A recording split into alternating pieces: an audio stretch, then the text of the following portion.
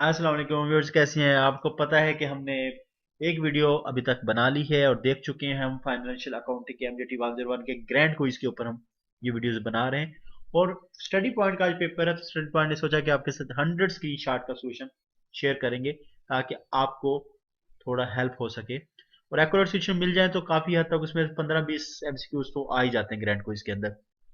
नहीं तो अगर किसी की थोड़ी बैड लक चल रही हो तो 10 भी फिर भी आ जाते हैं।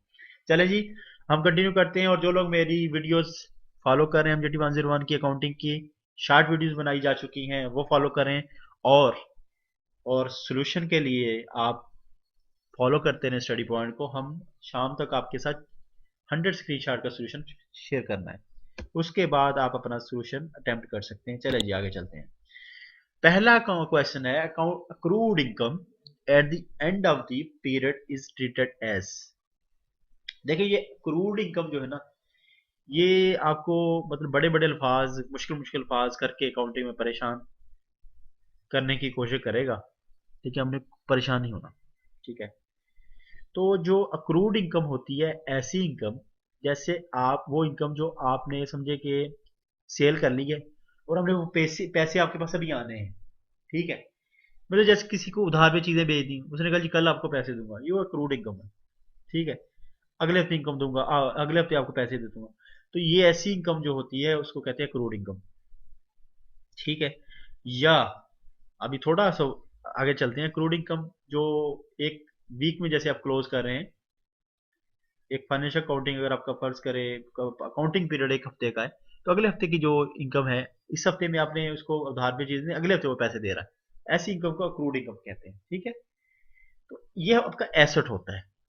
अक्रूड इनकम आपका एसेट होगा। तो ऑप्शन बी लेना, मॉड्यूल 8 देख लें आप, तो उसमें आपको मिल जाएगा ये। आगे चलते हैं जी।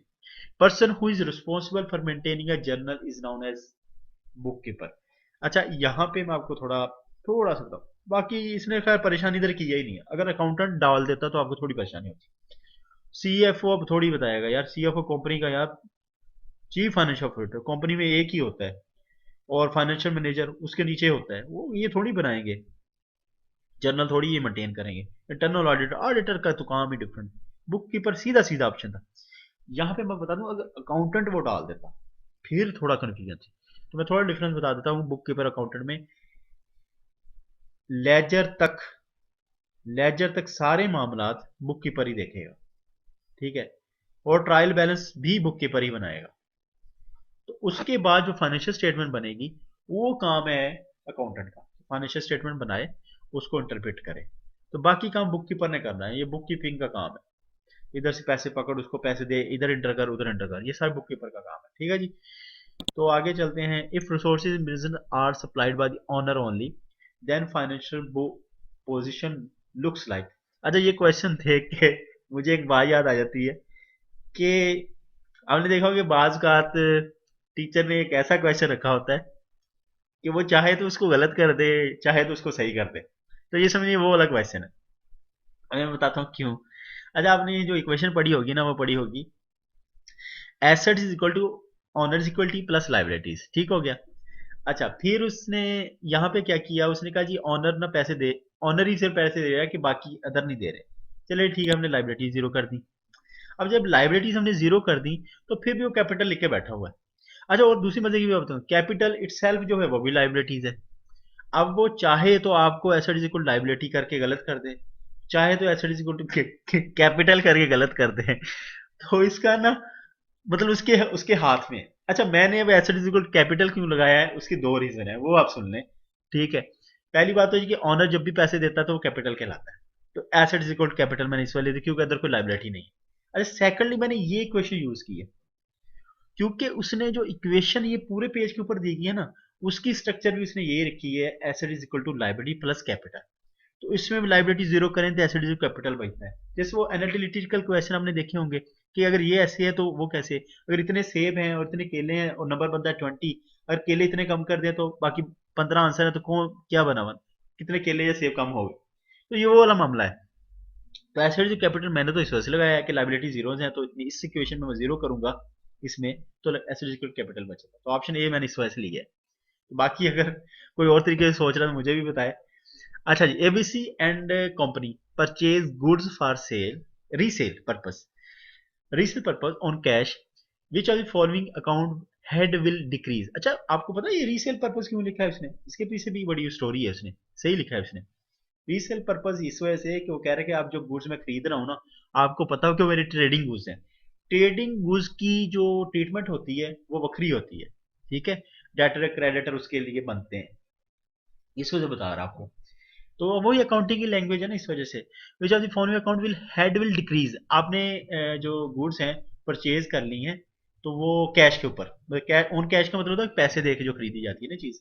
तो आप वो कह रहा है कि कैसे कौन सा अकाउंट इफेक्ट होगा, डिक्रीज कौन सा होगा, तो बेचारा कैश ही होगा ना, कैश के जेब से पैसे गए हैं, तो कैश होगा, कैश ऑप्शन सी लेंगे हम इसका। Which of the following is asset, asset कौन सा है नीचे के?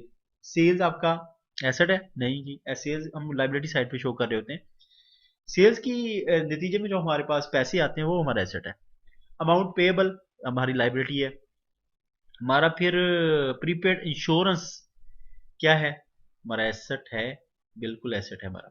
वो कैसे है कि वो हर वो पैसे जो आपने लेने हो या आपने एडवांस में दे दिए हो, तो प्रीपेड इंश्योरेंस का मतलब आपने एडवांस में इंश्योरेंस की किस्त जमा करवा दी, इंस्टॉलमेंट जमा करवा दी। तो इस वजह से ऑप्शन सी जो है ना वो आपका एसेट है। वेजेस वो वैसे ही एक्सपेंस होता है। तो चलिए आगे चलते हैं। Main purpose of dash is to ascertain true and fair result of the business operations during a particular period of time for external reporting only, is to ascertain true and fair result of the business operation during particular। मैं 1 minute के लिए यहाँ video pause करूंगा, मुझे थोड़ा सा confusion feel हो रहा है, तो मैं उस कंफ्यूजन को दूर करके वीडियो कंटिन्यू करता हूँ।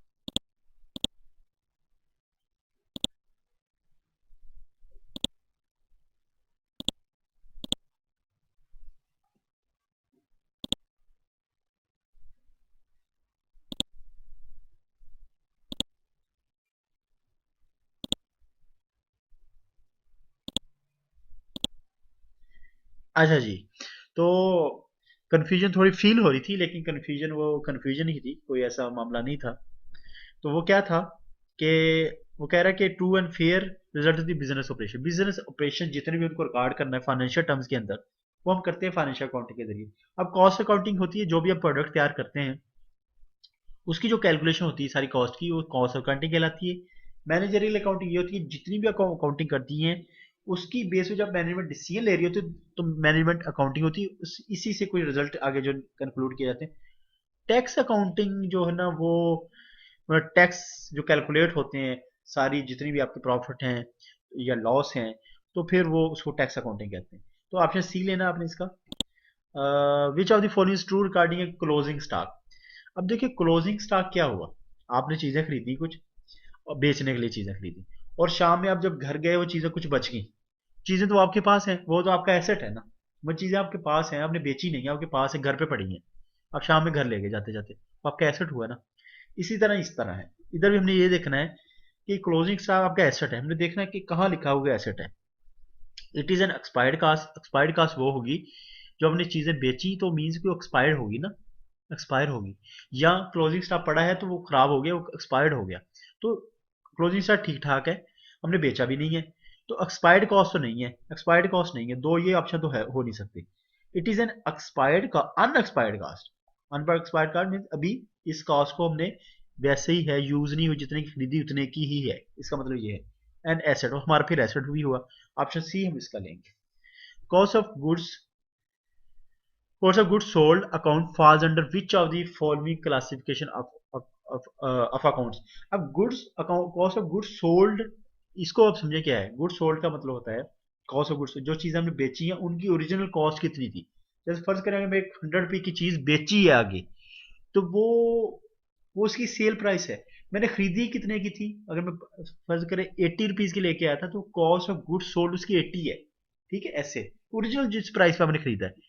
तो कॉस्ट ऑफ गुड्स सोल्ड जो है वो आपका एक्सपेंस होता है, ठीक है। तो एसेट नहीं होता, लाइबिलिटी भी नहीं होती, इनकम भी नहीं होती, एक्सपेंस होता है। इनकम वो होगी जो कि आपने बेचा जितने में। Which of the following are recorded in sale journal, sale journal याद रखिए, जितने भी जर्नल आपको नजर आएंगे ना, उसके अंदर ना सब में क्रेडिट वाली चीजें डालनी, क्रेडिट सेल जर्नल, मतलब उधार पे जो चीजें देंगे ना आप, वो आपने उधार पे देनी। जैसे परचेज परचेज जर्नल जो होगा उस पे आपने उधार वाली जो चीजें खरीदनी है वो लिखेंगे आप, ठीक है। बाकी कैश वाले मामले सारे कैश बुक के ऑप्शन ए लेंगे हम इसका। Expenses paid in advance at the end of the period is treated as, advance में आपने जो भी एक्सपेंस पे किए, ठीक है, जिसमें पीछे आपको बता रहे प्री पेड इंश्योरेंस जो थी वो आपका एसेट होता है जब तक उसकी एक्चुअल डेट ना आ जाए पेमेंट की। Good sold on cash increase, देखिए आपने गुड सोल्ड ऑन कैश में चीजें जो बेची कैश के ऊपर, तो क्या चीज इंक्रीज हुई, एसेट। कैसे एसेट कैसे इंक्रीज हुआ, क्योंकि कैश अकाउंट के अंदर पैसे आए आपके पास, वो जो दुकान में मनी बॉक्स पड़ा है ना उसके अंदर पैसे आ जाएंगे, तो वो कैश अकाउंट जब बढ़ाएगा तो एसेट बढ़ गया आपका। ऑप्शन ए लेंगे हम इसका। Which of the following might be a reason when a bank statement shows greater balance than the cash book balance. देखिए बैंक स्टेटमेंट कौन निकालता है, बैंक निकालता है, ठीक है। और कैश बुक की स्टेटमेंट कौन निकालता है, आप निकालते हैं। तो कह रहा है कि बैंक स्टेटमेंट के अंदर बैलेंस हो रहा है आपका ज्यादा, मतलब आपको किसी दिन आप देखें बैंक स्टेटमेंट से आप जो लेके आए तो उसमें पैसे ज्यादा हैं, और आप सोच रहे हैं यार मेरे पैसे तो कम थे बैंक के अंदर, ये ज्यादा कैसे हो गए, तो उसकी रीजन हम देखते हैं। आपने किसी को चेक दिया था पेमेंट के लिए कि ये लो यार मेरी तरफ से पेमेंट, जो मैंने तुम्हारे पैसे देने ना 1 लाख रुपया, ये लो चेक ले लो, तो उसने अल्लाह के बंदे ने भी जाके चेक कैश ही नहीं करवाया, तो आपको उसका उसने बताया भी नहीं आपको, तो इस वजह से वो चेक इशू किया कर दिया आपने। आपने अपने पास वो 2 लाख थे आपके बैंक के अकाउंट में, आपने बस अज्यूम कर लिया कि मेरे पास 1 लाख रह गए, लेकिन उसे अल्लाह के बंदे ने भी कैश नहीं करवाया, बट नॉट येट प्रेजेंटेड, तो ऑप्शन ए होगा इसका। Unrecorded bank charges in cash book में, बैंक चार्ज ने कुछ चार्जेस काटे थे और आपने कैश बुक में एंटर नहीं किए, तो फिर तो बैंक स्टेटमेंट को कम शो करना चाहिए ना। तो खैर ऑप्शन डिस्कस किया जा सकता है, जितना भी लंबा खींच लो इसको। Is charge to a profit and loss account, देखिए प्रॉफिट लॉस अकाउंट को क्या चीज चार्ज की जाती है, कैपिटल नहीं किया जाता, कैपिटल तो उसमें जाता है बैंक स्टेटमेंट में, ड्राइंग भी बैंक स्टेटमेंट में जाती है, लॉन्ग टर्म भी बैंक स्टेट का, सॉरी बैंक स्टेट कह रहा हूँ, बैलेंस शीट, ये तीनों कैपिटल ड्राइंग और लॉन्ग टर्म लोन जो है बैलेंस शीट के आइटम है। और बैड डेट्स अकाउंट जो है इसके अंदर जो भी होता है, क्योंकि बैड डेट्स होता है गंदे कर्जे, गंदे कर्जे मैं जिसको कहूंगा वो उसको कहूंगा कि आपने किसी को पैसे दिए और अल्लाह का बंदा वापस मुकर गया, कहता मैंने देने ही नहीं है, तो आप कहेंगे बस यार ये समझो डूब गए पैसे, तो वो आपका एक्सपेंस हो गया ना, तो आप वो प्रॉफिट एंड लॉस अकाउंट को आप करेंगे bad debts account. In case of good sold on credit basis is debited, आप देखिए चीजें उधार पे बेची हैं, तो कह रहे हैं डेबिट किसको करना है, तो डेटर अकाउंट को करना है, जो आपको मकरूज होगा उसके अकाउंट जो आपके पास है, ओके जर्नल के अंदर अकाउंट है लेजर के अंदर, आप उसको डेबिट कर देंगे, ठीक है। विच of the following is the source of preparation of trial balance, trial balance कहां से बनता है, लेजर से बनता है। देखिए जी पहले वाउचर बनता है, उससे बनता है जर्नल, जर्नल के अंदर होने वाली एंट्रीज को जर्नल एंट्री भी कहते हैं, तो फिर जर्नल से बनाया जाता है लेजर, और लेजर से ट्रायल बैलेंस बनता है। ऑप्शन डी लेंगे इसका। चलिए माशाल्लाह हम 2 फाइलें कंप्लीट कर ली हैं। जब तक अगले स्क्रीनशॉट आते हैं अब इन स्क्रीनशॉट को अच्छे से याद करें, समझें, जो मैंने बोला है उसको गौर से सुने, और फीडबैक के लिए कमेंट सेक्शन के अंदर लिख दें कि जी हमें ये समझ नहीं आई या यहाँ पे आप गलत कह गए हैं, तो इसको करेक्शन कर लें, वट एवर जो भी आपका दिल करता है लिख दें कुछ भी। चलें जी, ओके जी, अल्लाह हाफिज।